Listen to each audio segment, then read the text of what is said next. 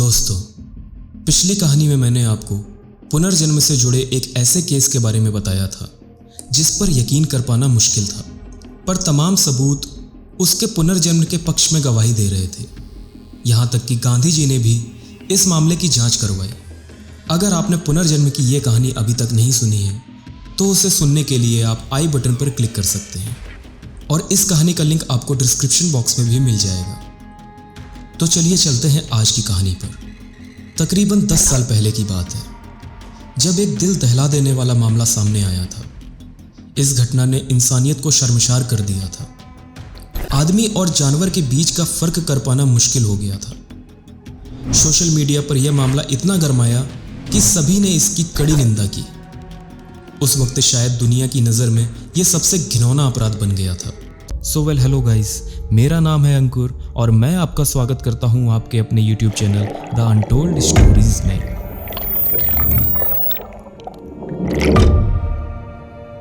जहां मैं आपके लिए लेकर आता हूं हॉरर, मिस्ट्री और रहस्य से भरी रोचक और सच्ची कहानियां।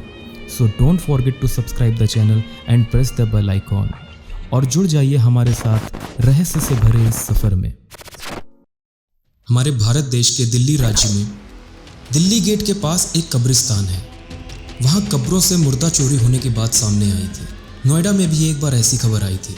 इसके अलावा महाराष्ट्र और मध्य प्रदेश से भी ऐसी खबरें आ चुकी हैं कि कुछ लोग कब्रिस्तान में जाके मुर्दे चुराते हैं, जिनके तार प्राइवेट और गवर्नमेंट मेडिकल कॉलेज से भी जोड़े जाते हैं, क्योंकि मेडिकल स्टूडेंट्स को प्रैक्टिकल के लिए वो कारगर साबित होते हैं। इसके अलावा कुछ लोग इनकी स्मगलिंग वगैरह भी करते हैं, पर इन सब चीज़ों के बारे में कोई खास सबूत नहीं मिले। पर आज की कहानी जो है वो हमारे पड़ोसी देश पाकिस्तान से है। ये मामला 31 अक्टूबर 2011 का है। पाकिस्तान में एक जगह है सरगोदा और एक लड़का वहाँ से कराची आता है रोज़ी रोटी की तलाश में। इसका नाम था मोहम्मद रियाज, जिसकी यहाँ कराची आकर एक लड़के से दोस्ती होती है जिसका नाम होता है वज़ीरा। वज़ीरा वहीं कराची में एक कब्रिस्तान में कब्रों की खुदाई और पानी देने का काम करता था। तो वो रियाज को भी बोलता है, अगर तुम्हें काम चाहिए तो यहीं कब्रिस्तान में ही काम कर लो। तो ये दोनों मिलकर काम करते हैं। कुछ वक्त बीतता है। रियाज का एक वीडियो भी है जिसमें उससे पूछताछ की जा रही है। उसका लिंक आपको डिस्क्रिप्शन बॉक्स में मिल जाएगा। इसका ये कहना था कि ये जो वज़ीरा है, रात होने के बाद वो कब्र का एक हिस्सा खोलता है, अंदर जाता है और कुछ देर बाद वापस बाहर आ जाता है। ये सिलसिला लगातार कुछ दिन से चल रहा था। तो उसने पूछा कि ये तुम क्या करते हो?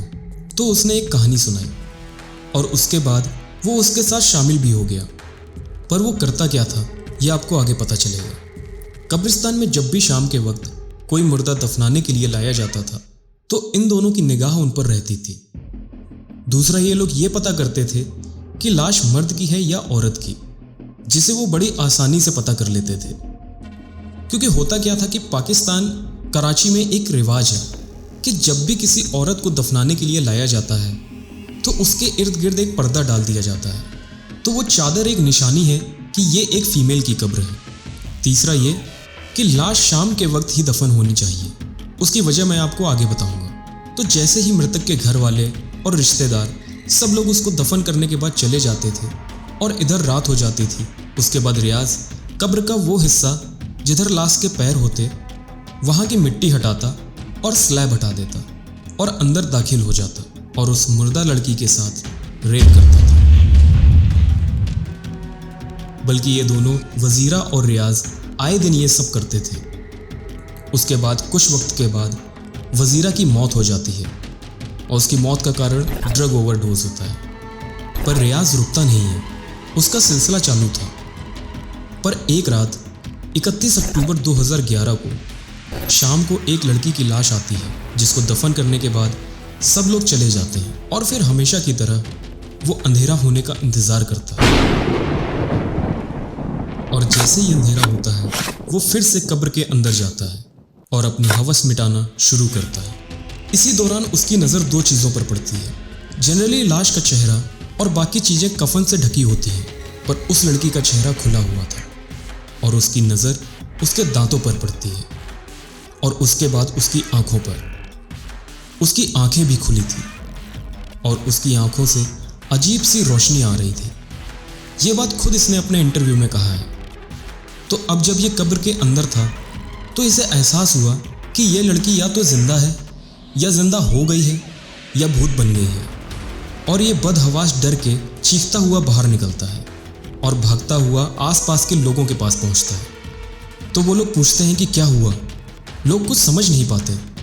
तो कुछ लोग कब्रिस्तान की ओर जाते हैं और देखते हैं कि कब्र से मिट्टी हटी हुई है। पता लगता है कि अभी 2-3 घंटे पहले ही लाश को दफन किया गया है। तो इन लोगों को शक होता है क्योंकि इससे पहले भी कब्र से छेड़खानी की चीज़ें लोगों को दिखती थी, पर कोई सबूत नहीं था। पर उस दिन जब वो भागा और उससे पूछताछ हुई तो उसने सारी बात सच सच बता दी।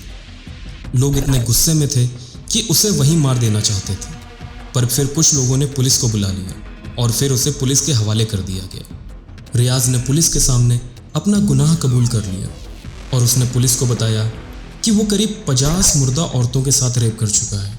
इस काम में उसका एक साथी शामिल था जिसका नाम रियाज ने वजीरा बताया।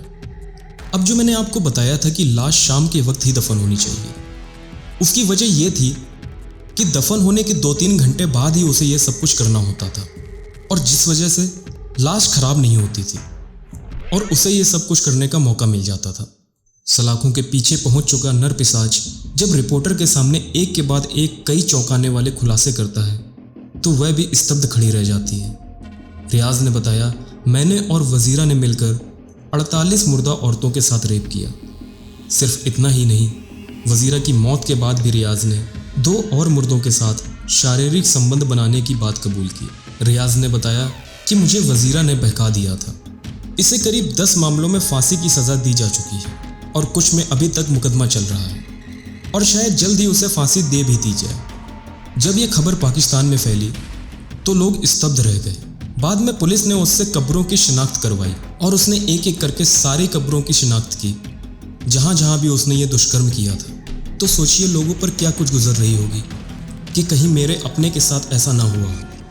कहते हैं कि मरने के बाद आप इस दुनिया की सारी चीज़ों से मुक्त हो जाते हैं, पर जब इस तरह से कोई घिनौनी हरकत करता है तो इस पर क्या ही कहा जाए। दोस्तों, आप कमेंट करके इस कहानी के बारे में अपनी राय दे सकते हैं, और अगर आपको ये झकझोर देने वाली कहानी पसंद आई है तो इस वीडियो को लाइक और चैनल को सब्सक्राइब कर दीजिए और सुनते रहिए द अनटोल्ड स्टोरीज।